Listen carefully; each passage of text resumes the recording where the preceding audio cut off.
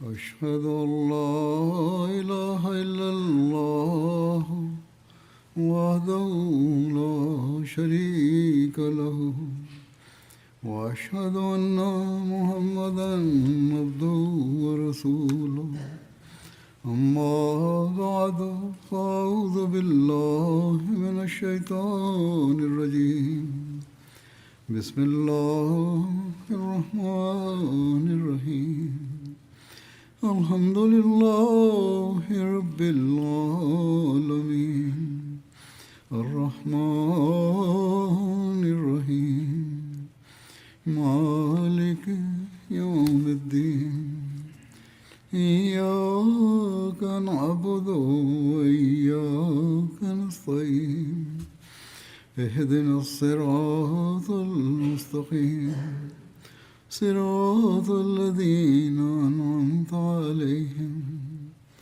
غير المغضوب عليهم ولا الضالين.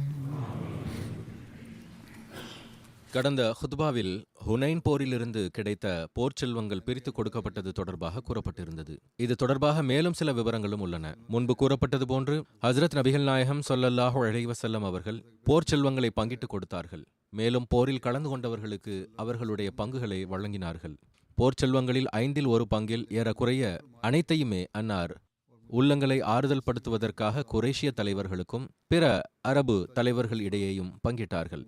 சிலருக்கு 100 ஒட்டகங்கள் கொடுத்தார்கள், இன்னும் சிலருக்கு 50 ஒட்டகங்கள் கொடுத்தார்கள். இவ்வளவு அதிகமாக பிறருக்கு செல்வம் கொடுக்கப்பட்டதாக சில அன்சார் இளைஞர்கள் உணர்ந்தனர்.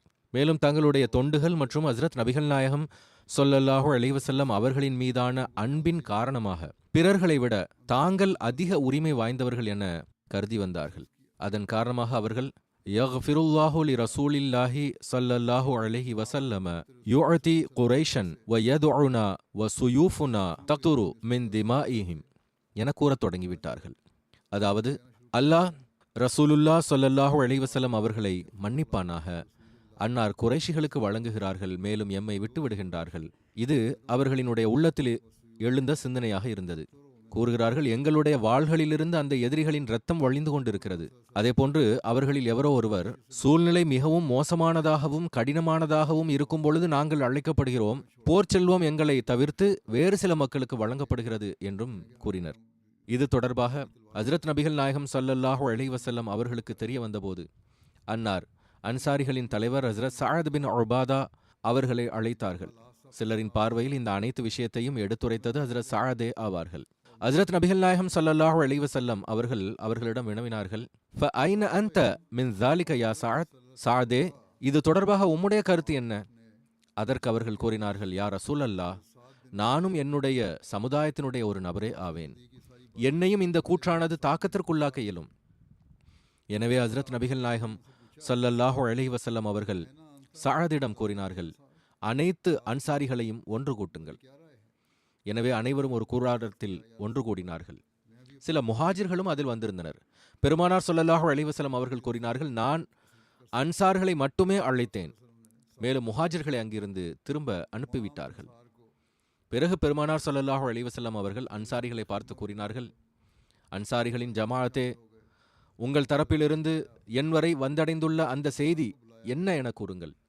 ஹஜ்ரத் ரசூலுல்லாஹ் ஸல்லல்லாஹு அலைஹி வஸல்லம் அவர்களின் இந்த பேச்சை கேட்டு அன்சாரிகளின் கருத்து சொல்பவர்கள் கூறினார்கள், யா ரசூலல்லாஹ் ஸல்லல்லாஹு அலைஹி வஸல்லம், எங்களில் புரிதிறன் கொண்ட மக்களில் எவரும் இதுபோன்ற விஷயத்தை கூறவில்லை. சில உணர்ச்சி வசப்பட்ட இளைஞர்கள் தான் கூறினார்கள். அதாவது, அல்லாஹ் நபி ஸல்லல்லாஹு அலைஹி வஸல்லம் அவர்களை மன்னிப்பானாக, அன்னார் குறைஷிகளுக்கு வழங்குகிறார்கள், மேலும் நாங்கள் அன்னாரின் கொடையிலிருந்து இழப்பிற்குரியவர்களாக இருக்கின்றோம். ஆனால் எங்களுடைய வாள்களிலிருந்து அந்த எதிரிகளின் இரத்தங்கள் வழிந்து கொண்டிருக்கின்றன என கூறியதாக கூறினார்கள். பெருமானார் ஸல்லல்லாஹு அலைஹி வஸல்லம் அவர்கள் அன்சாரிகளின் மீதுள்ள பேருபகாரம் மற்றும் அருள்களை எடுத்துரைத்து கூறியவாறு கூறினார்கள், அன்சாரிகளே, நான் உங்களை சந்தித்த போது நான் உங்களை வழிகேட்டில் கண்டேன். பிறகு அல்லாஹ் என் மூலமாக உங்களுக்கு நேர்வழியை வழங்கினான். நீங்கள் பிரிந்து சிதறுண்டு கிடந்த சமுதாயமாக இருந்தீர்கள். ஒருவர் மற்றவரின் எதிரிகளாக இருந்தீர்கள். அல்லாஹ் என் மூலமாக உங்களிடையே பரஸ்பர அன்பு மற்றும் நேசத்தை உருவாக்கினான். நீங்கள் இயலாதவர்களாகவும் தேவை உடையவர்களாகவும் இருந்தீர்கள். அல்லாஹ் என் மூலமாக உங்களை தன்னிறைவு பெற்றவர்களாகவும் செல்வந்தர்களாகவும் ஆக்கினான்.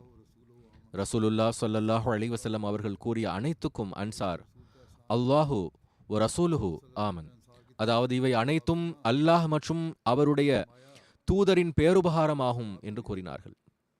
பெருமானார் ஸல்லல்லாஹு அலைஹி வஸல்லம் அவர்கள் அன்சாரிகளிடமிருந்து இந்த பதிலை கேட்டதும் அன்னார் கூறினார்கள், நீங்கள் எனக்கு ஏன் பதிலளிப்பதில்லை? அவர்கள் கூறினார்கள், யா ரசூலல்லாஹ் ஸல்லல்லாஹு அலைஹி வஸல்லம், நாங்கள் என்ன பதில் கூறுவது? பெருமானார் ஸல்லல்லாஹு அலைஹி வஸல்லம் அவர்கள் கூறினார்கள், நீங்கள் விரும்பினால் இவ்வாறு எனக்கு பதிலளிக்கலாம். மேலும் அது நீங்கள் உண்மை கூறுவதாகவும் இருக்கும். மேலும் உங்களுடைய கூற்று உண்மைப்படுத்தப்படும். நீங்கள் இவ்வாறு கூற முடியும், அதாவது யா ரசூலல்லாஹ் ஸல்லல்லாஹு அலைஹி வஸல்லம், நீங்கள் எங்களிடம் எப்படிப்பட்ட நிலையில் வந்தீர்கள் என்றால் நீங்கள் பொய்ப்படுத்தப்பட்டிருந்தீர்கள். ஆனால் நாங்கள் உங்களை உண்மைப்படுத்தினோம். நீங்கள் எவ்வித உதவியாளரும் இல்லாமல் இருந்தீர்கள். மக்கள் உங்களை புறந்தள்ளினார்கள். ஆனால் நாங்கள் உங்களுக்கு உதவி செய்தோம். அவர்கள் உங்களை தங்களுடைய நகரத்தை விட்டு வெளியேற்றினார்கள். ஆனால் நாங்களோ உங்களுக்கு அடைக்கலம் வழங்கினோம். மேலும் நீங்கள் அதிக குடும்பத்தினரை உடையவர்களாக இருந்தீர்கள். மேலும் நாங்கள் உங்களுடைய துக்கத்தை களைந்தோம். ரசூலுல்லாஹ் ஸல்லல்லாஹு அலைஹி வஸல்லம் அவர்களின் இந்த கூற்றை கேட்டு எந்த அன்சாரும் எதுவும் கூறவில்லை. அனைவரும் தலையை குனிந்தவாறு அன்னாரின் பேச்சுக்களை கேட்டுக்கொண்டிருந்தார்கள். மேலும் வெட்கி தலை குனிந்திருந்தார்கள். பெருமானார் ஸல்லல்லாஹு அலைஹி வஸல்லம் அவர்கள் அன்சாரிகளிடம், நான் ஏன் குறைஷிகளோடு இவ்வாறு நடந்து கொண்டேன் என்று கூறினார்கள். அன்னார் கூறினார்கள், நீங்கள் துவக்க முதலே இஸ்லாத்தை ஏற்றுக்கொண்டு விட்டீர்கள். இஸ்லாம் மற்றும் ஈமான் உங்களுடைய உள்ளத்தில் நன்கு ஆழமாக வேரூண்டி விட்டிருந்தது. ஆனால் குறைஷிகளில் பெரும்பாலான மக்கள் மக்கா வெற்றியின் சந்தர்ப்பத்தில் புதிதாக முஸ்லிம்களாக ஆகியிருந்தார்கள். இன்னும் கூற வேண்டுமென்றால் பலர் எவ்வாறு இருந்தார்கள் என்றால் அவர்களில் இப்போது வரைக்கும் இஸ்லாத்தோடு எந்த ஒரு தொடர்பும் ஏற்படவில்லை.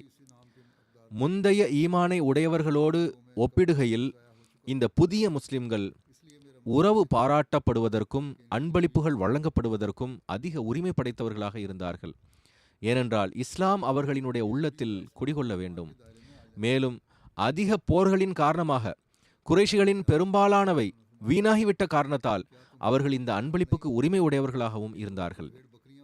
எனவே எனது நோக்கம் என்னவாக இருந்ததென்றால் அவர்களினுடைய உள்ளங்களுக்கு ஆறுதல் வழங்கப்பட வேண்டும். மேலும் இவர்கள் முழுமையான முறையில் இஸ்லாம் மற்றும் ஈமானின் வட்டத்திற்குள் வந்துவிட வேண்டும் என்பதாகும். பிறகு பெருமானார் ஸல்லல்லாஹு அலைஹி வஸல்லம் அவர்கள் கூறினார்கள், மக்கள் ஆடுகளையும் ஒட்டகங்களையும் தங்களுடைய வீட்டிற்கு அழைத்துச் சென்று நீங்கள் அல்லாஹ்வினுடைய தூதரை உங்களோடு அழைத்துச் செல்வதை விரும்பவில்லையா? அல்லாஹ்வின் மீது ஆணையாக எந்த நற்பேற்றை நீங்கள் எடுத்துச் செல்கிறீர்களோ அது அவர்கள் எடுத்துச் செல்லக்கூடியதை விட பல மடங்கு சிறந்ததாகும். பெருமானார் ஸல்லல்லாஹு அலைஹி வஸல்லம் அவர்கள் கூறினார்கள், மக்கள் ஏதேனும் பள்ளத்தாக்கில் நடந்தால், மேலும் அன்சார் ஏதேனும் பள்ளத்தாக்கில் நடந்தால் நானும் அவர்களோடு நடப்பதையே விரும்புவேன். அதாவது நான் அன்சார்களின் கூட்டத்தில் இணைவேன். மக்கள் என்னுடைய புற ஆடைகள் ஆவார்கள், ஆனால் அன்சார் என்னுடைய அக ஆடைகள் ஆவார்கள், அதாவது உடலோடு ஒட்டி இருக்கின்ற ஆடை போலாவார்கள். பிறகு பெருமானார் ஸல்லல்லாஹு அலைஹி வஸல்லம் அவர்கள் கூறினார்கள், அன்சாரிகளே, எனக்கு பிறகு நீங்கள் உங்களின் மீது பிறருக்கு முன்னுரிமை இருப்பதாக காண்பீர்கள். ஆனால் நீங்கள் பொறுமையை மேற்கொள்ளுங்கள். எதுவரை என்றால் கௌசர் தடாகத்தில் உங்களுக்கும் எனக்கும் சந்திப்பு நிகழும், அதாவது மறுமை நாளன்று சந்திப்பு நிகழும். மேலும் உங்களுக்கு தலைமைத்துவம் கிடைக்காது. இறுதியில் ரசூலுல்லாஹ் ஸல்லல்லாஹு அலைஹி வஸல்லம் அவர்கள் அன்சாரிகளுக்காக துஆ செய்தவாறு கூறினார்கள், அல்லாஹ்வே, அன்சார்களின் மீது கருணை புரிவாயாக, அன்சார்களின் சந்ததிகளின் மீது கருணை புரிவாயாக, மேலும் அன்சாரிகளின் எதிர்கால தலைமுறையின் மீது கருணை புரிவாயாக. அறிவிப்பாளர் கூறுகிறார், ஹஸ்ரத் நபிகள் நாயகம் ஸல்லல்லாஹு அலைஹி வஸல்லம் அவர்கள் சொற்பொழிவாற்றிக் கொண்டிருந்த பொழுது அன்சார் அழுது கொண்டிருந்தார்கள். எதுவரை என்றால் அவர்களினுடைய தாடிகள் கண்ணீரால் நனைந்திருந்தன. மேலும் அவர்கள் ரவீனா பி ரசூலில்லாஹி கிஸ்மம் வஹாசா, நாங்கள் ரசூலுல்லாஹ் ஸல்லல்லாஹு அலைஹி வஸல்லம் அவர்களின் பங்கீடு மற்றும் எங்களுக்கு கிடைத்த பங்கில் உள்ளத்தாலும் உயிராலும் திருப்தியாக இருக்கின்றோம் என்று கூறிக்கொண்டிருந்தார்கள். சில வேளைகளில் கவனமில்லாமல் கூறப்பட்ட விஷயம் மிக தொலைதூர விளைவுகளை கொண்டதாக இருக்கின்றது.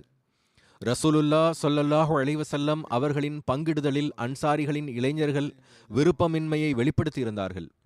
ஆனால் அனைவரும் அவ்வாறு செய்திருக்கவில்லை. ஆனால் இறைவன் மற்றும் அவனுடைய தூதரை இது எந்த அளவுக்கு கோபமூட்டக்கூடிய செயலாக இருந்ததென்றால், அன்சாரிகளுக்கு உலகம் இருக்கும் நாள் வரை இதற்கான இழப்பை சகிக்க வேண்டியது வந்தது. இதை எடுத்துரைத்தவாறு ஹஜ்ரத் முஸ்லிஹ் மௌத் கூறுகின்றார்கள், நபிகள் நாயகம் ஸல்லல்லாஹு அலைஹி வஸல்லம் அவர்கள் மக்கா வெற்றி கண்டபோது மக்கத்தினர் எவர்களின் பார்வைகள் முழுமையான ஈமானால் ஒளிபெறாமல் இருந்ததோ, அப்போது வரை உலகின் பக்கமே சாய்ந்திருந்ததோ, அன்னாரிடத்து வந்தனர். ஒரு போரில் சில செல்வங்கள் முஸ்லிம்களுக்கு கிடைத்தபோது பெருமானார் ஸல்லல்லாஹு அலைஹி வஸல்லம் அவர்கள் அந்த செல்வத்தை அந்த மக்களிடையே பங்கிட்டார்கள்.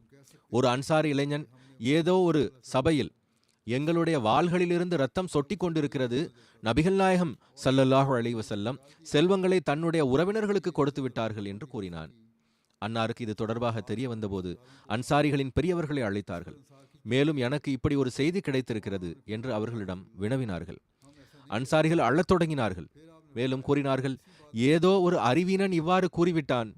பெருமானார் ஸல்லல்லாஹு அலைஹி வஸல்லம் கூறினார்கள், இல்லை அன்சாரிகளே, நீங்கள் இவ்வாறு கூறலாம், அதாவது நாங்கள் முஹம்மது ஸல்லல்லாஹு அலைஹி வஸல்லம் அவர்களுக்கு யாரும் இடம் வழங்காத போது, அந்த மக்கள் அவர்களின் நகரத்தை விட்டு அன்னாரை வெளியேற்றிய போது நாங்கள் அவர்களுக்கு இடமளித்தோம்.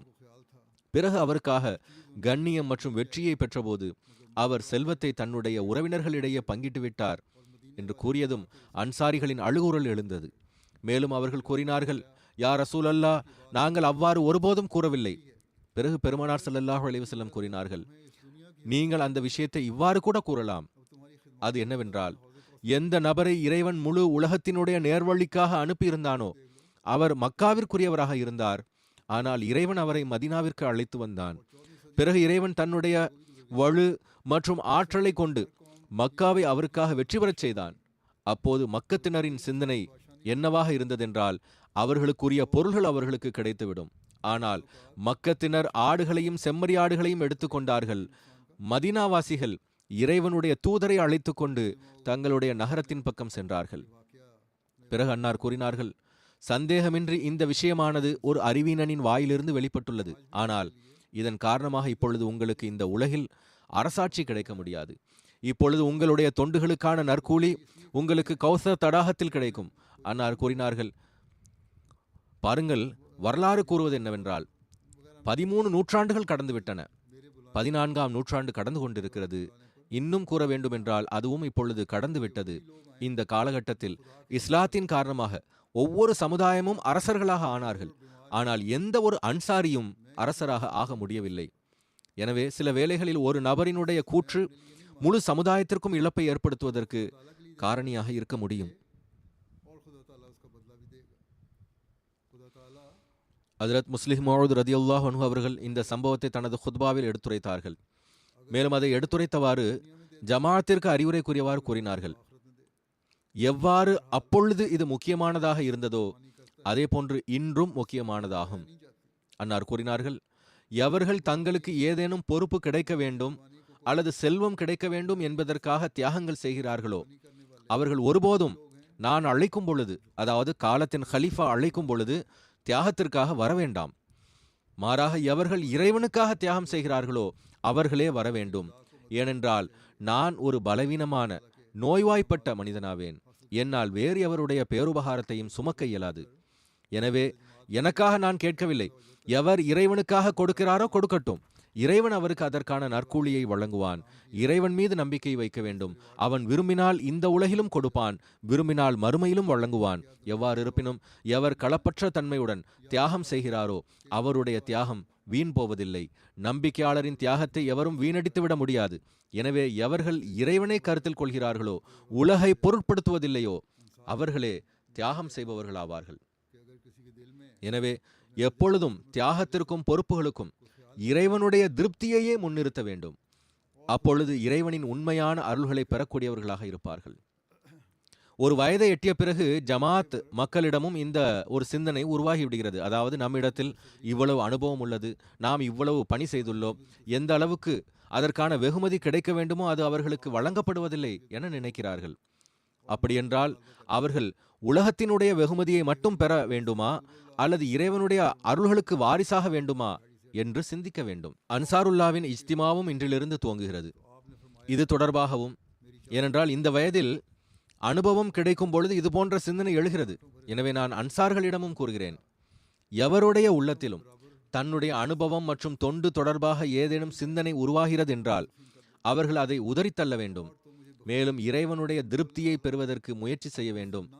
இந்த சந்தர்ப்பத்தில் காட்டருபியின் பொறுமையற்ற தன்மை பற்றியும் குறிப்பு கிடைக்கிறது. போர் செல்வங்கள் விநியோகிக்கும் வேளையில் சில காட்டரபிகளும் பெருமானார் ஸல்லல்லாஹு அலைஹி வஸல்லம் அவர்களை சுற்றி ஒன்று கூடினார்கள். மேலும் செல்வம் தருமாறு வேண்டினார்கள். அவர்களின் கூட்டத்தின் காரணமாக ஹஜ்ரத் நபிகள் நாயகம் ஸல்லல்லாஹு அலைஹி வஸல்லம் அவர்களின் அருளுக்குரிய போர்வையும் ஒரு முட்களை கொண்ட மரத்தில் சிக்கிக் கொண்டது. மேலும் சில தள்ளுமுள்ளுகளும் ஏற்பட்ட போது பெருமானார் ஸல்லல்லாஹு அலைஹி வஸல்லம் அவர்கள் கூறினார்கள், என்னுடைய போர்வை எனக்கு தாருங்கள். மேலும் அந்த முட்கள் நிறைந்த மரத்தை பார்த்து சைகை செய்தவாறு கூறினார்கள், அந்த முட்களுக்கு சமமாக என்னிடத்தில் ஒட்டகம் இருந்திருந்தால் அதையும் நான் உங்களுக்கு பங்கிட்டு இருப்பேன். நீங்கள் என்னை கருமியாகவோ பொய்யுரைப்பவராகவோ கோழையாகவோ கண்டிருக்க மாட்டீர்கள். பெருமானார் ஸல்லல்லாஹு அலைஹி வஸல்லம் காட்டறிவுகளின் இந்த அநாகரிகமான செயலை கண்டிக்கவில்லை, மேலும் கோபமும் கொள்ளவில்லை. மாறாக புன்னகைத்தவாறு சிறந்த முறையில் அவர்களுக்கு தர்பியத் வழங்கினார்கள். மேலும் அவர்களுக்கும் செல்வத்தை வழங்கினார்கள். ஹஜ்ரத் முஸ்லிம் மௌத் ரலியல்லாஹு அன்ஹு அவர்கள் இது தொடர்பாக எடுத்துரைத்தவாறு கூறுகிறார்கள், இந்த போர்கள் முடிவடைந்த பிறகு தோல்வியுற்ற எதிரிகள் விட்டு சென்ற செல்வங்கள் மற்றும் மைதானங்களில் கைவிடப்பட்ட பொருட்கள் ஒன்று சேர்க்கப்பட்டன. வழக்கம்போல் ஹஜ்ரத் நபிகள் நாயகம் ஸல்லல்லாஹு அலைஹி வஸல்லம் அவர்கள் அதை இஸ்லாமிய படையினரிடையே விநியோகம் செய்ய வேண்டியிருந்தது. ஆனால் அந்த சந்தர்ப்பத்தில் அன்னார் அந்த செல்வத்தை முஸ்லிம்களிடையே பங்கிட்டு கொடுப்பதற்கு பதிலாக மக்கா மற்றும் அக்கம்பக்கத்தில் உள்ள மக்களுக்கு பங்கிட்டு கொடுத்தார்கள். அந்த மக்களில் ஈமான் உருவாகி இருக்கவில்லை. பெரும்பாலார் நிராகரிப்பாளர்களாகவே இருந்தார்கள். முஸ்லிம்களாக இருந்தவர்களும் புதிதாக முஸ்லிம்களாக ஆகியிருந்தவர்களாக இருந்தார்கள். இது அவர்களுக்கு முற்றிலும் புதிய விஷயமாக இருந்தது. அதாவது ஒரு சமுதாயம் தன்னுடைய செல்வத்தை பிற மக்களுக்கு விநியோகிக்கின்றது. இந்த செல்வத்தை விநியோகித்ததனால் அவர்களின் உள்ளத்தில் நன்மை மற்றும் இரையச்சம் உருவாவதற்கு பதிலாக பேராசை இன்னும் அதிகரித்து விட்டது. சில மக்களில் அவர்கள் நபிகள் நாயகம் ஸல்லல்லாஹு அலைஹி வஸல்லம் அவர்களை சுற்றி வந்தார்கள். மேலும் எதிர்பார்ப்புகளோடு அன்னாரை தொந்தரவு செய்ய தொடங்கினார்கள். எதுவரை என்றால் அன்னாரை தள்ளியவாறு அன்னாரை ஒரு மரம் வரை தள்ளி சென்று விட்டார்கள். ஒரு நபரோ அன்னாரினுடைய போர்வையை, அது அன்னாரினுடைய தோள்களில் இருந்தது, பிடித்து எவ்வாறு முறுக்கினார் என்றால் அன்னாரினுடைய மூச்சு திணறியது. பெருமானார் ஸல்லல்லாஹு அலைஹி வஸல்லம் கூறினார்கள், மக்களே, என்னிடத்தில் வேற ஏதேனும் இருந்திருந்தாலும் நான் அதையும் உங்களுக்கு வழங்கியிருப்பேன். நீங்கள் என்னை கருமியாகவோ அல்லது கோழையாகவோ கண்டிருக்க மாட்டீர்கள். பிறகு அன்னார் தன்னுடைய ஒட்டகத்திற்கு அருகே சென்றார்கள். மேலும் அதனுடைய ஒரு முடியை பிடுங்கி அதை உயர்த்தி காட்டி கூறினார்கள், மக்களே, உங்களுடைய செல்வங்களில் இருந்து அரபி நாட்டினுடைய சட்டத்திற்கு ஏற்ப அரசாங்கத்தின் பங்காக இருந்த 1/5 பங்கை தவிர எனக்கு இந்த முடி அளவு கூட செல்வத்தின் அவசியம் இல்லை. இந்த 1/5 பங்கையும் கூட நான் என்னுடைய சுயத்திற்காக செலவு செய்வதில்லை. மாறாக அதுவும் உங்களுடைய பணிகளுக்காகவே செலவிடப்படுகிறது. மேலும் நினைவில் கொள்ளுங்கள், நம்பி ஒப்படைக்கப்பட்டதில் கை வைக்கும் மனிதன் கியாமத் நாள் அன்று இறைவனுடைய சந்நிதியில் அதன் காரணமாக இழிவடைவான். மக்கள் கூறுகிறார்கள், ஹஜ்ரத் நபிகள் நாயகம் ஸல்லல்லாஹு அலைஹி வஸல்லம் அரசாட்சியை விரும்பினார்கள் என்று. அரசர்களுக்கும் பொதுமக்களுக்குமான தொடர்பு இப்படித்தான் இருக்கின்றதா? எவருக்கேனும் எந்த அரசரையும் இவ்வாறு தள்ளிச் செல்வதற்கு மற்றும் அவருடைய கழுத்தில் துணியை போட்டு இருக்குவதற்கான ஆற்றல் இருக்கிறதா? அல்லாஹ்வின் நபிமார்களை தவிர இந்த முன்மாதிரியை யாரால் காட்ட இயலும்? ஆனால் இவ்வாறு அனைத்து செல்வங்களையும் ஏழைகளிடையே பங்கிட்ட பிறகும் கூட எப்படிப்பட்ட கல்லெஞ்சமுடைய மக்கள் இருந்தார்கள் என்றால் அவர்கள் ஹஜ்ரத் நபிகள் நாயகம் ஸல்லல்லாஹு அலைஹி வஸல்லம் அவர்களின் பங்கீட்டை நேர்மையான பங்கீடாக கருதவில்லை. ஹஜ்ரத் நபிகள் நாயகம் ஸல்லல்லாஹு அலைஹி வஸல்லம் அவர்கள் போர் செல்வத்தை பங்கிடுவது தொடர்பாக அன்னாரின் பொதுவான வழிமுறை என்னவாக இருந்ததென்றால், போர் செல்வத்தில் 1/5 பங்கை தனியாக எடுத்து தனது விருப்பப்படி செலவு செய்து வந்தார்கள். மீதியுள்ள அனைத்து செல்வத்தையும் போரில் கலந்து கொண்டவர்களிடையே பங்கிட்டு வந்தார்கள். அதில் காலாட்படை மற்றும் குதிரைப்படையினருக்கு தனித்தனியான பங்குகள் உண்டு. ஆனால் ஹுனைன் போரின் போர் செல்வம் விநியோகம் செய்யப்பட்டது தொடர்பாக சில அன்சார் தரப்பில் இருந்து, எங்களுக்கு நபி ஸல்லல்லாஹு அலைஹி வஸல்லம் அவர்கள் ஒன்றுமே தரவில்லை, பிறருக்கு அன்னார் வழங்கியுள்ளார்கள் என்று ஆட்சேபனை செய்யப்பட்டதென்றால், அன்னார் போரில் கலந்து கொண்டவர்களுக்கு போர் செல்வத்தில் எதையுமே கொடுக்கவில்லையா என்ற கேள்வி எழுகின்றது. அல்லது அவர்களுடைய பங்கை மட்டும் கொடுத்து மற்ற அனைத்தையும் பிறருக்கு விநியோகம் செய்து விட்டார்களா என்ற கேள்வி எழுகின்றது. எவ்வாறு இருப்பினும் நம்முடைய ஆய்வுக்குழுவினுடைய கருத்தின்படி அவர்கள் கூறுகிறார்கள், நாங்கள் வரலாற்றினுடைய ஆரம்பகால மற்றும் நம்பத்தகுந்த நூல்களை பார்த்தோம். எந்த ஒன்றிலும் இதற்கு விளக்கமாக பதிலில்லை. எவ்வாறு வரலாறு மற்றும் வாழ்க்கை வரலாற்று நூல்களை படிப்பதிலிருந்து பெருமானார் ஸல்லல்லாஹு அலைஹி வஸல்லம் அவர்கள் அனைத்து கலந்து கொண்டவர்களுக்கும் அவர்களின் பங்கை வழங்கினார்கள் என்று தெரிய வருகிறது. ஒவ்வொருவருக்கும் 4 ஒட்டகம் அல்லது 40 ஆடுகளின் வடிவில் அது வழங்கப்பட்டது. மேலும் குதிரைப்படையினருக்கு அவர்களினுடைய பங்கு வழங்கப்பட்டது. பெருமானார் ஸல்லல்லாஹு அலைஹி வஸல்லம் தனது 5இல் 1 பங்கில் மக்களினுடைய உள்ளங்களை ஆறுதல் படுத்தும் விதமாக அந்த செல்வத்தை வழங்கினார்கள் என்ற செய்தியும் கிடைக்கிறது. ஆனால் அந்த போர் செல்வங்களில் எவருக்கும் எதையும் கொடுக்காமல், அதாவது பொதுவான நடைமுறைக்கு ஏற்ப இந்த செல்வத்தை போரில் கலந்து கொண்டவர்களிடையே பங்கிட்டு இருக்காமல் அனைத்து செல்வத்தையும் பிற மக்களின் உள்ளங்களை ஆறுதல் படுத்தும் விதத்தில் விநியோகம் செய்தார்கள் என்பதற்கான வாய்ப்பும் உள்ளது. வரலாறு மற்றும் வாழ்க்கை வரலாறு பல்வேறு நூல்களில் இருந்து இதற்கான சான்றும் கிடைக்கிறது. ஹஜ்ரத் முஸ்லிம் மௌத் அவர்களினுடைய ஒரு மேற்கோளில் இருந்தும் இப்போது எடுத்துரைக்கப்பட்டது போன்று இந்த கருத்து கிடைக்கிறது. அன்னார் கூறுகிறார்கள், அந்த போரில் இருந்து திரும்பிய பிறகு அந்த தோல்வியுற்ற எதிரிகளின் அபராதங்கள் மற்றும் போர் மைதானத்தில் கைவிடப்பட்ட செல்வங்கள் ஒன்று சேர்ந்தன.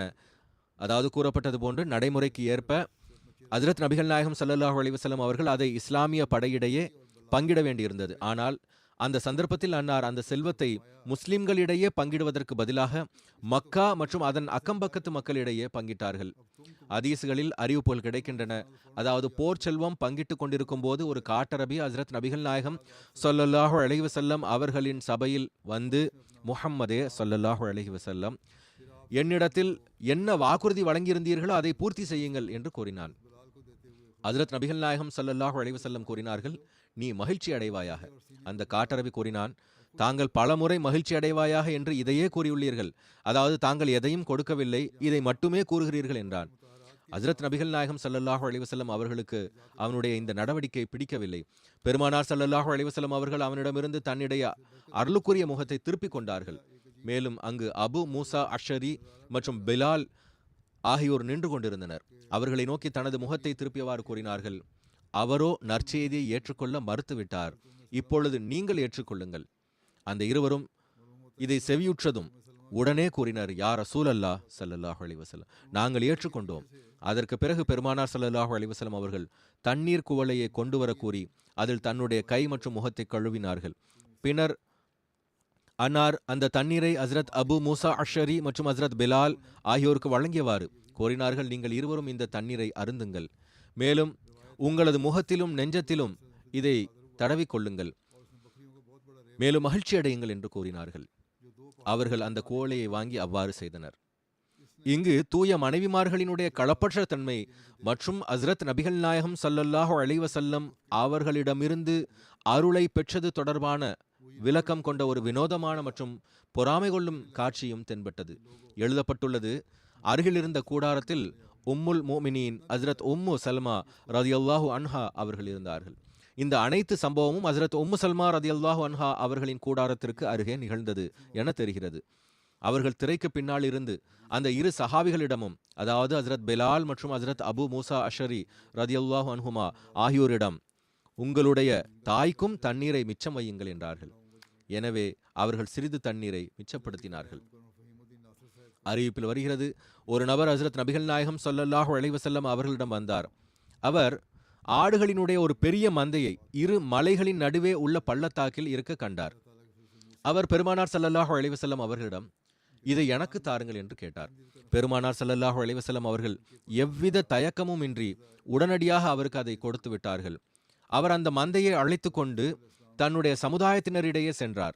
மேலும் கூறினார், மக்களே, முஹம்மத் ஸல்லல்லாஹு அலைஹி வஸல்லம் அவர்களின் மீது நம்பிக்கை கொள்ளுங்கள். அவர் எந்த அளவுக்கு வழங்குகிறார் என்றால் அவருக்கு பசி பட்டினியை பற்றி எவ்வித கவலையும் இருப்பதில்லை. வரலாற்றாசிரியர்கள் இந்த சம்பவத்தையும் இந்த சந்தர்ப்பத்தில் நிகழ்ந்ததாகவே எழுதியுள்ளார்கள். இது ஹதீஸினுடைய அறிவிப்பாகும். எவ்வாறு இருப்பினும் இன்னும் சம்பவங்கள் உள்ளன. இன்ஷா அல்லாஹ் எதிர்வரும் காலத்தில் எடுத்துரைக்கப்படும். இப்பொழுது நான் சில மர்ஹூம்களை பற்றி எடுத்துக்கூற விரும்புகிறேன். ஜுமாவிற்கு பிறகு ஜனாசாவும் தொலைவைப்பேன். முதலாவது குறிப்பு, மதிப்பிற்குரிய ஃபஹீமுத்தீன் நாசிர் சாஹிப் ருமேனியாவின் முபல்லிகாக இருந்தார்கள். கடந்த நாட்களில் 52 வயதில் வஃபாத்தாகிவிட்டார்கள். இன்னா லில்லாஹி வ இன்னா இலைஹி ராஜிஊன். அல்லாஹ்வின் அருளால் வசியத் செய்தவர்களாக இருந்தார்கள். அவர்களின் குடும்பத்தில் அஹ்மதியத் அவர்களினுடைய கொள்ளுப்பாட்டனார் ஹஜ்ரத் மிர்சா இல்ம்தீன் சாஹிப் அவர்கள் மூலமாக வந்தது. அவர்கள் கடிதம் மூலமாக ஹஜ்ரத் வாக்களிக்கப்பட்ட மசி அலைஹிஸ்ஸலாம் அவர்களிடம் பையத் செய்யும் நற்பேறு பெற்றார்கள். காதியானுக்கு அருகில் இருக்கக்கூடிய லோதி நங்கல் என்கின்ற கிராமத்தின் பள்ளிவாசல் இமாம் நூர் முகமது சாஹிப் ஹஜ்ரத் வாக்களிக்கப்பட்ட மசி அலைஹிஸ்ஸலாம் அவர்களிடம் பையத் செய்து விட்டு வந்தார்கள். அவர் திரும்ப கிராமத்திற்கு வந்து, இமாம் மஹதி வந்துவிட்டார்கள், அவர் உண்மையாளர் ஆவார், அவரை ஏற்றுக்கொள்ளுங்கள் என்று அறிவிப்பு செய்தார். அதற்கு பிறகு கடிதம் மூலமாக பையத் செய்தவர்களில் மிர்சா இல்ம்தீன் சாஹிப் அவர்களும் ஒருவராக இருந்தார்கள்.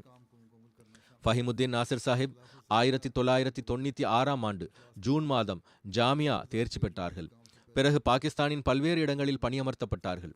பிறகு அவர்கள் தப்சீருல் குர்ஆன், அதாவது திருக்குர்ஆன் விரிவுரையில் சிறப்பு படிப்பு படித்தார்கள். 2006இல் அவர்கள் ருமேனியா அனுப்பப்பட்டார்கள். மரணம் வரை அங்கேயே தொண்டாற்றும் நற்பேறு பெற்றார்கள். அவர்களின் துணைவியார் நசீரா ஃபஹீம் சாஹிபா எழுதுகின்றார்கள், ஒரு முன்னுதாரணமான கணவராக இருந்தார்கள். என்னுடைய உணர்வுகளையும் எண்ணங்களையும் நான் எதுவும் கூறாமலேயே புரிந்து வந்தார்கள். மிகவும் கருத்தில் கொள்ளக்கூடிய தந்தையாக இருந்தார்கள். அவர்களின் வாழ்க்கையில் சிறப்பாக தென்படக்கூடிய அம்சங்களில் இறைவனுடனான தொடர்பு, தவக்கல், இறை வணக்கம், துஆ, பொறுமை, தைரியம், சகிப்புத்தன்மை, மார்க்கத்திற்கு தொண்டாற்றும் ஆர்வம் மற்றும் உணர்வு, தன்னுடைய கடமையை நிறைவேற்ற வேண்டும் என்கிற உணர்வு, குறித்த நேரத்தில் ஒவ்வொரு பணியையும் முழுமை செய்ய வேண்டும் என்பவைகள் அடங்கும். ஹிலாஃபத்தோடு ஆழிய நேசம் மற்றும் களப்பற்ற தொடர்பு இருந்தது. ஒவ்வொரு தனிப்பட்ட மற்றும் ஜமாத் பணிகளுக்கு முன்பு காலத்தின் ஹலிஃபாவுக்கு கடிதம் எழுதி வந்தார்கள். மேலும் வழிகாட்டல் பெற்று வந்தார்கள். ஜமாத் உறுப்பினர்களுக்கும் தன்னுடைய குழந்தைகளுக்கும் எப்பொழுதும் தனது செயல் முன்மாதிரியை கொண்டு தர்பியத் வழங்கினார்கள். புரிய வைக்கும் விதம் சிறப்பானதாக இருந்தது. குறித்த நேரத்தில் தொழுகைகளை நிறைவேற்றுவது, தஹஜ்ஜுத் மற்றும் நஃபில்களை தொழுவது அவர்களின் வழமையாக இருந்தது. அவர்கள் கேன்சர் நோயால் பாதிக்கப்பட்டிருந்தார்கள். நோயின் கடுமையிலும் இறுதி நாட்களில் நோய் மிக கடுமையை எட்டியிருந்த போது தொழுகைகளை நிறைவேற்றுவதன் பக்கமும் கவனம் இருந்தது. பேசுவது சிரமமாக இருந்தது. எனவே சைகை மூலமாகவே நோட்டை கொண்டு வாருங்கள் என்று கூறி அதில் இறை வணக்கம் மற்றும் இறைவனிடத்தில் துஆ செய்வது, எல்லா சிரமங்கள் மற்றும் கஷ்டத்தில் அவனுடைய சன்னிதானத்தில் குனிய வேண்டும் என்றும் எழுதி காட்டினார்கள். தன்னுடைய மனைவி மக்களுக்கு என்ன ஆனாலும் நீங்கள் இறைவனுடைய சன்னிதானத்தை விட்டுவிடக்கூடாது என்று அறிவுறுத்தினார்கள். இறைவனிடம் மட்டுமே கேட்க வேண்டும். இறைவனோடு உயிரோட்டமான தொடர்பு வைத்திருங்கள். அவனோடு நட்பு பாராட்டுங்கள். அவன் உங்களை ஒருபோதும் கஷ்டத்தில் தனியாக விட்டுவிட மாட்டான் என்று எப்பொழுதும் அறிவுறுத்தி வந்தார்கள். தப்லீக் செய்வது மற்றும் ஜமாத்தை அறிமுகப்படுத்துவதற்கான சந்தர்ப்பம் கிடைத்தால் ஒருபோதும் கை நழுவ விட்டதில்லை. தன்னிடம் ஜமாத் அறிமுகம் கொண்ட புத்தகங்களும் பிரசுரங்களையும் வைத்திருப்பார்கள். மருத்துவமனையினுடைய மருத்துவர்களிடம் சென்றாலும் அவர்களுக்கும் தப்லீக் செய்வார்கள். மேலும் நான் மருத்துவர்களுக்கு தப்லீக் செய்தேன் என்று மிகவும் நன்றி செலுத்தி வந்தார்கள். எந்நேரமும் முகத்தில் புன்னகை இருந்து வந்தது. நல்ல முறையில் அனைவரையும் சந்திக்கக்கூடியவர்களாக இருந்தார்கள். அன்னாரின் இயல்பின் காரணமாக ஒவ்வொருவரும் அன்னாரால் ஈர்க்கப்பட்டு விடுவர். அன்னாரின் வஃபாத்தை கேட்டு மிஷன் ஹவுஸுக்கு அருகில் இருக்கக்கூடிய ருமேனியன் மக்கள் அழுதவாறு தன்னுடைய உணர்வுகளை வெளிப்படுத்தினார்கள். மிகுந்த துக்கத்தை வெளிப்படுத்தினார்கள். நோய்வாய்ப்பட்டிருந்த பொழுதும் தன்னுடைய கடமைகளை வழக்கம்போல் நிறைவேற்றி வந்தார்கள். எதுவரை என்றால் வஃபாத்திற்கு 2 தினங்களுக்கு முன்பும் கூட, இன்னும் கூற வேண்டும் என்றால், ஆரோக்கியம் முற்றிலும் பலவீனமாக இருந்தது. மூச்சு விடுவதில் சிரமம் இருந்தது. உண்பது பருகுவது சிரமமாக இருந்தது. அப்பொழுதும் ஜமாத் கடிதங்களை எழுதுவது, மேலும் ஏதேனும் அவசர இமெயிலுக்கு பதில் எழுதுவது போன்ற பணிகளை செய்தார்கள். ஒரு முக்கிய மெயிலுக்கு பதில் கொடுத்தார்கள். ருமேனியாவில் ஜமாத் உறுதியாக நிலைபெற வேண்டும் என்பது அவர்களின் விருப்பமாக இருந்தது. நாட்டினுடைய நிலைமைகளை கருத்தில் கொண்டவாறு, தேவையான நுட்பமான ஞானத்துடன் செயல்பட்டவாறு அதற்காக முயற்சி செய்து வந்தார்கள். குழந்தைகளிடம் உங்களுடைய நடத்தை, செயல் எவ்வாறு இருக்க வேண்டும் என்றால் அது தப்லீகிற்கு காரணியாக இருக்க வேண்டும் என்று கூறி வந்தார்கள். ருமேனியன் மொழியில் திருக்குரான் மொழியாக்கத்தை முழுமை செய்ய விரும்பினார்கள். 1 அல்லது 1.5 ஜுசு மொழியாக்கத்தை முழுமை செய்திருந்தார்கள். ஆனால் பிற பணிகளின் காரணமாக இதில் கூடுதல் பணி செய்ய இயலவில்லை. அதே போன்று ஹஜ்ரத் வாக்களிக்கப்பட்ட மசீஹ் அலைஹிஸ்ஸலாம் அவர்களினுடைய நூல்களையும் மொழிபெயர்த்து வந்தார்கள். பல்வேறு துறைகளோடு தொடர்புடைய உள்ளூர் ரோமானிய மக்களோடு எப்பொழுது சந்திப்பு நிகழ்ந்தாலும் அவர்கள் இவர்களினுடைய மொழி மிகவும் சிறப்பானதாகவும் இலக்கிய நயமுடையதாகவும் பல்கலைக்கழகத்தில் பயிற்றுவிக்கும் பேராசிரியரை போன்று உரையாடுவதாகவும் கூறி வந்தார்கள். அதாவது அங்குள்ள உள்ளூர் மக்கள் எந்த ஒரு ரோமானியர் அல்லாதவரையும் இவ்வளவு சிறந்த முறையில் மொழியை பேச நாங்கள் கண்டதில்லை என்று கூறினார்கள். அவர்களின் மொழி சிறப்பாக இருந்தது. அவர்களின் தாயார் சஃபியா பேகம் கூறுகிறார்கள், மர்ஹூமினுடைய தாய் வழி பாட்டனார் மற்றும் பாட்டி இருவரும் ஹஜ்ரத் வாக்களிக்கப்பட்ட மசீஹ் அலைஹிஸ்ஸலாம் அவர்களின் சஹாபியாக இருந்தனர். முரபி சாஹிப் உயர் நல்லொழுக்கத்திற்கு சொந்தக்காரராக இருந்தார். இதை ஒவ்வொருவரும் குறிப்பிடுகின்றார்கள். நல்ல முறையில் நடந்து கொள்வது, பொறுமை மற்றும் மார்க்க பணிகளின் மீதான ஆர்வத்தை அல்லாஹ் அவர்களுக்கு வழங்கியிருந்தான். கூறுகிறார்கள், மிகவும் கட்டுப்படக்கூடிய மகனாக இருந்தார். அவர்களினுடைய தந்தையார் அவர் பிறப்பதற்கு முன்பு ஒரு கனவு கண்டிருந்தார். அதாவது அவர்கள் ஒரு குழந்தையை தூக்கி வைத்துள்ளார்கள், அதனுடைய நெற்றியில் சந்திரனும் நட்சத்திரங்களும் இருக்கின்றன. பிறகு கூறுகிறார்கள், அவர் முரப்பி ஆன பொழுது எங்களுக்கு புரிய வந்தது, இன்ஷா அல்லாஹ் இவர் நிச்சயமாக ஒரு நாள் ஒளிருவார். 2006 இவர்கள் ருமேனியா சென்றார்கள். ருமேனியாவினுடைய முதல் முபல்லிகாக இருந்தார்கள். மொழியும் கற்றார்கள். மிக அழகிய முறையில் மொழி கற்றார்கள். அங்கு அவர்கள் பட்டம் பெற்றார்கள். ஜமாத்திற்காக பெரும் பணியை செய்தார்கள். அங்கு ஜமாத்தை ரெஜிஸ்டர் செய்தார்கள். மிஷனோஸை நிறுவினார்கள். எதுவரை தினசரி பணியை முழுமை செய்துவிட மாட்டார்களோ அதுவரை அவர்கள் ஓய்வாக அமர்ந்து விடுவதில்லை. அவர்களின் சகோதரர் ரஃபியுத்தீன் கூறுகிறார்கள், மெட்ரிக் முடித்த பிறகு தாமே யாரும் கூறாமலேயே ஜாமியாவிற்கு சென்று விட்டார்கள். பிறகு வக்ஃபை மிக அழகிய முறையில் நிறைவேற்றினார்கள். உண்மையிலேயே அவ்வாறு நிறைவேற்றினார்கள். விடுமுறை எடுத்ததில்லை. அவர்களினுடைய இளைய சகோதரி வஃபாத்தான நேரத்தில் மட்டும் அவர்கள் விடுப்பு எடுத்தார்கள். அது தவிர விடுப்பு எடுத்ததில்லை. அவர்களினுடைய மகன் மிர்சா லபீத் கூறுகிறார்கள், மெடிக்கல் காலேஜில் சேர்ந்த பொழுது சிரமங்களை எதிர்கொள்ள வேண்டியது வந்தது. இந்த கல்வியை நான் முழுமை செய்வேனா இல்லையா என்ற கவலை எனக்கு இருந்தது. எனக்கு ஒவ்வொரு நாளும் ஃபோன் செய்து தைரியமூட்டுவார்கள். சலவாத் ஓதுமாறும் தஹஜ்ஜுத் தொழுமாறும் துஆக்கள் செய்யுமாறும் அறிவுறுத்துவார்கள். கடினமாக உழைக்குமாறும் அறிவுறுத்துவார்கள். இவ்வாறு அவர்கள் என்னை மிகவும் என்கரேஜ் செய்தார்கள். அவர்களின் இரண்டாவது மகன் தானிஷ் கூறுகிறார்கள், யாரெல்லாம் அன்னாரை சந்தித்திருந்தார்களோ அவர்கள் அன்னாரின் வஃபாத் செய்தியை கேட்டு அழத் தொடங்கினர். அவர் மிகவும் நல்ல தூய்மையான மனிதராக இருந்தார் என்று கூறுவார்கள். அளவு கடந்த கருணை காட்டுபவராக இருந்தார்கள். லித்வியாவின் முபல்லிக் எழுதுகிறார்கள், மர்ஹூம் மிகவும் கடின உழைப்பாளியாகவும் நல்லொழுக்கம் உடையவராகவும் நல்ல இயல்புடையவராகவும் இருந்தார்கள். அவர்களினுடைய பணிவு மற்றும் தன்னடக்கம், எளிமை ஒவ்வொரு மனிதரையும் அவர்களின்பால் ஈர்த்தது. அவர்களின் இயல்பில் ஒரு குறிப்பிடத்தக்க உத்வேகம் இருந்தது. முகத்தில் புன்னகை இருந்தது. ருமேனியாவில் சில பிற நாட்டு மாணவர்கள் கல்விக்காக அங்கு தங்கியிருந்தார்கள். அந்த மாணவர்களோடும் மிகுந்த கருணையோடும் நேசத்தோடும் நடந்து கொண்டார்கள். அங்கு மருத்துவக் கல்லூரியில் மாணவராக இருக்கும் தஸ்வீர் ஜாவித் சாஹிப் இப்பொழுது மருத்துவராகிவிட்டார்கள். கூறுகிறார்கள், மாணவர்களினுடைய ஆன்மீக தர்பியத்திற்காகவும் அகமதி மாணவர்கள் படித்து வந்த பல்கலைக்கழகங்களுக்கும் கல்லூரிகளுக்கும் பஸ் அல்லது ட்ரெயின் மூலம் பல மணி நேரம் பயணம் செய்து வருவார்கள். ஜமாத்தினுடைய பணத்தை மிச்சப்படுத்த வேண்டும் என்ற சிந்தனை இருந்து வந்தது. எதுவரை என்றால் அட்டைகளையும் பல்வேறு பொருட்களையும் ஒன்று சேர்த்து தாமே டயஸையும் உருவாக்கினார்கள். ஜமாத் பணம் மிச்சப்பட வேண்டும் என்பதற்காக அவ்வாறு செய்தார்கள். கடுமையான நோயிலும் கூட இறுதி நொடி பொழுது வரை அவர்கள் மிகுந்த சிரமத்திற்கு மத்தியிலும் தொழுகைகளை பேணினார்கள். மிகவும் எளிய மற்றும் பணிவான மனிதராக இருந்தார்கள். குழந்தைகளுக்கும் எங்களுக்கும் அவர்கள் நேர்மை மற்றும் பணிவை கற்றுக் கொடுக்க முயற்சித்தார்கள். அசீம் ரூமான் ஷம்ஸ் என்ற ரோமானியாவை சேர்ந்தவர் கூறுகிறார், தேர்வு மிகவும் கடினமானதாக இருந்தது. தேர்வில் தேர்ச்சி பெறுவேனா இல்லையா என்ற சந்தேகம் இருந்தது. முரபி சாஹிப் எனக்கு, நீங்கள் கவலைப்படாதீர்கள் என்று ஆறுதல் வழங்கினார்கள். தேர்விற்கு ஒரு வாரத்திற்கு முன்பு நான் எப்படிப்பட்ட ஒரு விஷயத்தை புரிய வைப்பேன் என்றால், நீங்கள் இன்ஷா அல்லாஹ் வெற்றி பெறுவீர்கள். அதற்கான பயன் அவர்களுக்கு கிடைத்தது. ருமேனியாவின் ஒரு புதிய அஹ்மதி அதில் அத்னியான் கூறுகிறார்கள், நான் அவர்களை மருத்துவமனைக்கு அழைத்து வந்தேன். அவர்கள் அடுத்த நாள் ஒரு ஜமாத் பணி தொடர்பாக என்னிடத்தில் உதவி கேட்டார்கள். அதற்காக அருகில் உள்ள நகரத்திற்கு செல்ல வேண்டியிருந்தது. நாங்கள் அந்த பணிக்காக சென்ற பொழுது பயண பாதையில் பல்வேறு தலைப்புகளில் அவர்கள் பேசி வந்தார்கள். ஒரு சந்தர்ப்பத்தில் சில நிமிடங்களுக்கு முரபி சாஹிப் அவர்கள் ஒரு உணர்ச்சி வசப்பட்ட நிலையில் என்னிடத்தில் கூறினார்கள், அவர்களுக்கு ஏதேனும் ஆகிவிட்டால் அவர்களை இங்கேயே அடக்கம் செய்ய வேண்டும் என்று விரும்பினார்கள். ஏனென்றால் அவர்கள் இங்கு இருந்தார்கள், மேலும் இங்கிருந்து நேர்மறையான மாற்றத்தை உருவாக்கினார்கள் என்பது நினைவு கூறப்பட வேண்டும் என்பதற்காக. பிறகு எழுதுகிறார்கள், ஆரோக்கியம் மிக மோசமான பிறகும் கூட எப்பொழுதும் அவர்கள் தன்னுடைய லேப்டாப்பில் பணி செய்வார்கள். தானே கடிதத்தை எழுதி தன்னுடைய பணியை தொடர்வதற்கு முயற்சித்தார்கள். எப்பொழுதும் இறைவனுடைய மார்க்கம் மற்றும் மற்றவர்களுக்காக அதிக கவலையுடையவர்களாக இருந்தார்கள்.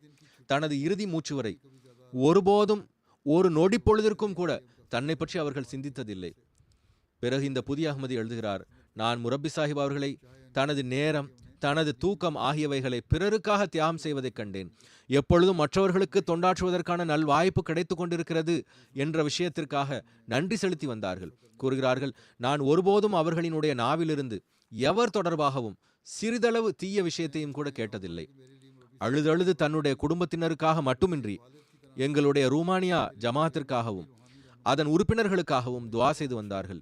ஒரு நாள் கூட விடுமுறை எடுத்ததில்லை. மேலும் அதிக ஓய்வெடுக்கவும் அவர்கள் விரும்பியதில்லை. ஏனென்றால் இது அவர்களுடைய கடமையாகும்.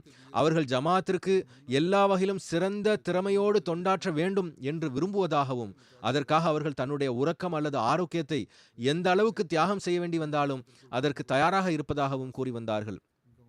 எப்பொழுதும் இறைவன் மீது முழுமையான நம்பிக்கை வைத்து வந்தார்கள்.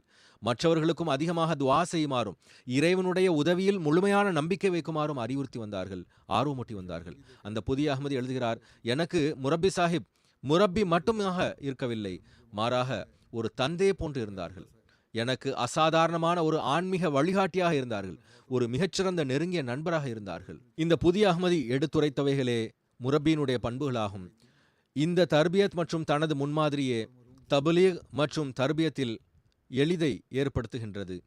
அந்நிய நாட்டில் மார்க்கத்திற்காக தியாகமானார்கள். எனவே இந்த அடிப்படையில் அவர்களின் அந்தஸ்து ஷஹீதினுடைய அந்தஸ்தாகும். இறுதி மூச்சு வரை தன்னுடைய உடன்படிக்கையை விசுவாசத்தோடு நிறைவேற்றினார்கள், சிறப்பாக நிறைவேற்றினார்கள். எப்பொழுதும் நானும் கண்டிருக்கிறேன், அவர்களுடைய முகத்தில் புன்னகை இருந்து வந்தது. மொரிஷியஸில் செயற்களத்தில் வஃபாத்தான மௌலவி உபைதுல்லா சாஹிப் தொடர்பாக ஹஜ்ரத் முஸ்லிமோத் ரதியல்லாஹு அன்ஹு அவர்கள் குறிப்பிடும் பொழுது ஜமாத்திற்கு அறிவுரை வழங்கியவாறு கூறினார்கள், இப்படிப்பட்ட மக்கள் ஷஹீத் ஆவார்கள். மர்ஹூமிடமிருந்து நாம் படிப்பினை பெற வேண்டும். நிச்சயமாக ஃபஹீம் நாசிர் மர்ஹூம் அவர்களின் அந்தஸ்தும் அவ்வாறே இருந்தது. இது ஒரு முன்மாதிரியாக இருந்தது, ஒரு பாடமாகும். குறிப்பாக வாழ்க்கை அர்ப்பணித்தவர்களுக்கு பாடமாகும். அல்லாஹ் மர்ஹூமின் அந்தஸ்தை உயர்த்துவானாக. அவர்களின் மனைவி மற்றும் குழந்தைகளுக்கும் தாயார் மற்றும் அனைவருக்கும் பொறுமையை வழங்குவானாக.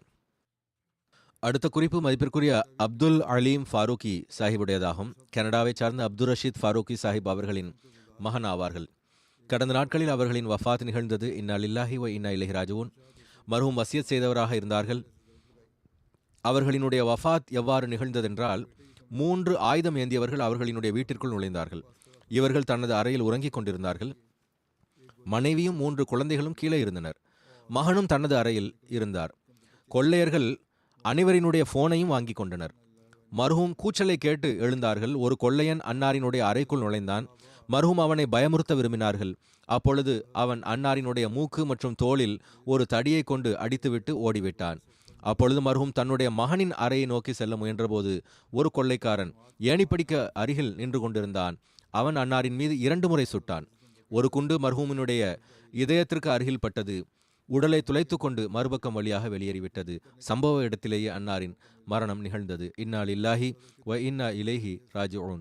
அன்னார் ஹஜ்ரத் வாக்களிக்கப்பட்ட மசி அலைஹிஸ்ஸலாம் அவர்களினுடைய சஹாபா ஹஜ்ரத் மௌலவி குத்ரத்துல்லா சாஹிப் சன்னோரி மற்றும் ஹஜ்ரத் மௌலவி முஹம்மது ஹுசைன் சாஹிப் ஆகியோரினுடைய கொல்லு பேரனாவார்கள். ஜமாத்தினுடைய செயல் துடிப்புள்ள உறுப்பினராக இருந்தார்கள். ஐவேளை தொழுகைகள் மற்றும் தஹஜ்ஜுத்தை முறையாக பேணக்கூடியவராக இருந்தார்கள். துடிப்புடன் தப்லீக் செய்பவராக இருந்தார்கள். தன்னுடைய பகுதியில் உள்ளூர் தப்லீக் செக்ரட்டரியாக தொண்டாற்றும் நல்வாய்ப்பும் கிடைத்தது. இப்போது அந்த பகுதியினுடைய சதராகவும் தொண்டாற்றி வந்தார்கள். பின்விட்டு சென்றவர்களில் அவர்களினுடைய ஒரு மனைவி, ஒரு மகன் மற்றும் 3 மகள்கள் உள்ளனர். ஜக்கரியா கான் சாஹிப் மிஷனரி இன்சார்ஜ் இவரினுடைய உறவினர் ஆவார். எழுதுகிறார்கள், மிகவும் நல்லியல்பு கொண்ட மக்களுக்கு பயனளிக்கக்கூடிய நபராக இருந்தார்கள். அவரினுடைய மனைவி இவர்களிடம் கூறியுள்ளார்கள், அவர்கள் முறையாக தஹஜ்ஜுதை பேணி வந்தார்கள். ஐவேளை தொழுகைகளை அழகான முறையில் நிறைவேற்றி வந்தார்கள். துடிப்புள்ள தாய் இலல்லாவாக இருந்தார்கள். தனது பணிச்சுமைகளுக்கு மத்தியிலும் இரவு பகலாக ஜமாத்தினுடைய பணிகளில் மூழ்கியிருந்தார்கள். பொருள் தியாகங்களிலும் அதிகமாக பங்கெடுத்து வந்தார்கள். ஹிலாஃபத்துடன் ஆழமான மற்றும் விசுவாசத்துடனான தொடர்பு இருந்தது. அவர்களின் துணைவியார் மரியம் சாஹிபா எழுதுகிறார்கள், சிறந்த கணவராக இருந்தார்கள். வாழ்க்கையில் அவர்களிடமிருந்து நான் பல விஷயங்களை கற்றுள்ளேன். தப்லீக் செய்யும் ஆர்வம் அதிகமாக இருந்தது. தப்லீகிற்கு வியக்கத்தக்க வகையிலான ஆர்வம் கொண்டிருந்தார்கள். எப்பொழுதும் புது தப்லீக் திட்டங்களை சிந்தித்து வந்தார்கள். அவைகளை நடைமுறைப்படுத்துவதற்கு முயற்சித்து வந்தார்கள். ஹிலாஃபத்துடனான தொடர்பு பற்றியும் அவர்கள் எழுதியுள்ளார்கள். அண்டை அயலாரோடும் தனது பகுதியில் வசிப்பவர்களோடும் நல்ல முறையில் நடந்து வந்தார்கள். அனைவரும் அன்னாரை புகழ்ந்து வந்தார்கள். நல்ல அழகிய இயல்புடைய கருணை உடையவராக இருந்தார்கள். வீட்டில் எப்பொழுதும் ஜமாத்தான தொழுகையை நிறைவேற்றி வந்தார்கள். குழந்தைகளுக்கும் அறிவுறுத்தி வந்தார்கள். மஹல் உஸ்மா கூறுகிறார்கள், சின்ன சின்ன விஷயங்களிலிருந்து பெரிய தேவைகள் வரை கவலையுடையவர்களாக இருந்தார்கள். நாள் முழுவதும் தனது பணியிலோ அல்லது ஜமாத் பணியிலோ மூழ்கி இருப்பார்கள். அப்பொழுதும் கூட இரவு வேளையில் உறங்கும் போது எங்களுடைய அறைகளுக்கு வந்து எங்களை விசாரிப்பார்கள். உங்களுடைய நேரம் எவ்வாறு கழிந்தது, தொழுதீர்களா இல்லையா என விசாரிப்பார்கள். தன்னை பற்றியும் கூறுவார்கள். இவ்வாறு எங்களுக்கு அவர்களோடு ஒரு நட்பு ரீதியிலான சூழல் இருந்தது. மகன் கசீம் கூறுகிறார்கள், தந்தையார் எங்களுக்கு ஒரு ரோல் மாடலாக இருந்தார்கள். கூறுகிறார்கள், இன்ஷா அல்லாஹ் அவர்களினுடைய அடிச்சுவட்டில் செல்வதற்கு நான் முயற்சிப்பேன். தப்லீகிற்காக நாங்கள் ஒவ்வொரு வாரமும் ஞாயிற்றுக்கிழமை சென்று வந்தோம். எங்கு வாய்ப்பு கிடைக்கிறதோ அங்கு தப்லீக் ஸ்டால் போடுவோம். என்னை அவர்கள் திருக்குரான் மனனமும் செய்ய வைத்தார்கள். இங்கு இருக்கக்கூடிய அவரினுடைய சகோதரனின் மகன் இந்த அனைத்து அன்னாரின் நற்பண்புகளையும் எடுத்துரைத்துள்ளார்கள். மிகவும் தூய உள்ளமுடைய உயர் நல்லொழுக்கத்திற்கு சொந்தக்காரராக இருந்தார்கள். அவர்களுக்கு உம்ரா செய்யும் நல்வாய்ப்பும் கிடைத்தது. அங்கும் நாங்கள் அவர்களை இறை வணக்கத்தில் எந்த அளவுக்கு மூழ்கி இருக்க கண்டோம் என்றால் அது மிகவும் புகழத்தக்கதாகும். பெண் பிள்ளைகளினுடைய தர்பியத் பற்றிய கவலை அவர்களுக்கு இருந்தது. 15 வயதுடைய மகள் இருந்தார்கள். என்னிடம் அவருக்கு போன் வாங்கி கொடுக்க வேண்டுமா இல்லையா என்று கேட்டார்கள். பிறகு என்னுடைய வழிகாட்டல் அவர்களுக்கு கிடைத்த பொழுது அதற்கேற்ப அவர்கள் அமல் செய்தார்கள். ஒவ்வொரு விஷயத்தையும் நுணுக்கமாக பார்க்கக்கூடியவர்களாக இருந்தார்கள். கட்டாய சந்தாக்கள் தவிர்த்து பிற பொருள் தியாக திட்டங்களிலும் பரந்த மனப்பாங்கோடு அதிகமாக பங்கெடுத்தார்கள். பாகிஸ்தானிலும் ஏழைகளுக்கு தொண்டாற்றுவதற்காக பெரும் தொகையை அனுப்பி வந்தார்கள். அன்னாரின் தாயார் கூறுகிறார்கள், எனது மகன் ஜமாத்திற்காக மாய்ந்துவிடக்கூடிய ஹிலாஃபத் மீது அளவு கடந்த அன்பு கொண்டவராக இருந்தார். எல்லா விஷயங்களிலும் உண்மைக்கு முக்கியத்துவம் வழங்கி வந்தார். ஒவ்வொரு சிறியவரோடும் பெரியவரோடும் நேசத்தோடு நடந்து கொண்டார். தப்லீக் செய்யும் ஆர்வம் மிகுதியாக இருந்தது. ஒவ்வொரு ஞாயிற்றுக்கிழமையும் தப்லீகிற்காக செல்வார். தஹஜ்ஜுத் தொழக்கூடியவர், பிறருக்கு உதவி செய்யக்கூடியவர். கூறுகிறார்கள், ஜமாத்தான தொழுகைக்கு எந்த அளவு ஆர்வம் இருந்ததென்றால் சில வேளைகளில் பணியில் இருக்கும் பொழுது எனக்கு போன் செய்து, நீங்கள் தொழவில்லை என்றால் பிறகு சற்று காத்திருங்கள், நான் வந்து கொண்டிருக்கிறேன், நாம் சேர்ந்து ஜமாத்தாக தொழுவோம் என்று கூறுவார்கள். அல்லாஹ் அன்னாரோடு மன்னித்தலோடும் கருணையோடும் நடந்து கொள்வானாக. தாயார், மனைவி மற்றும் குழந்தைகளுக்கு பொறுமையை வழங்குவானாக. அவர்களின் சந்ததிகள் அன்னாரினுடைய நல்ல முன்மாதிரி மற்றும் அவர்களின் விருப்பத்திற்கு ஏற்ப நடக்கக்கூடியவர்களாக இருப்பார்களாக.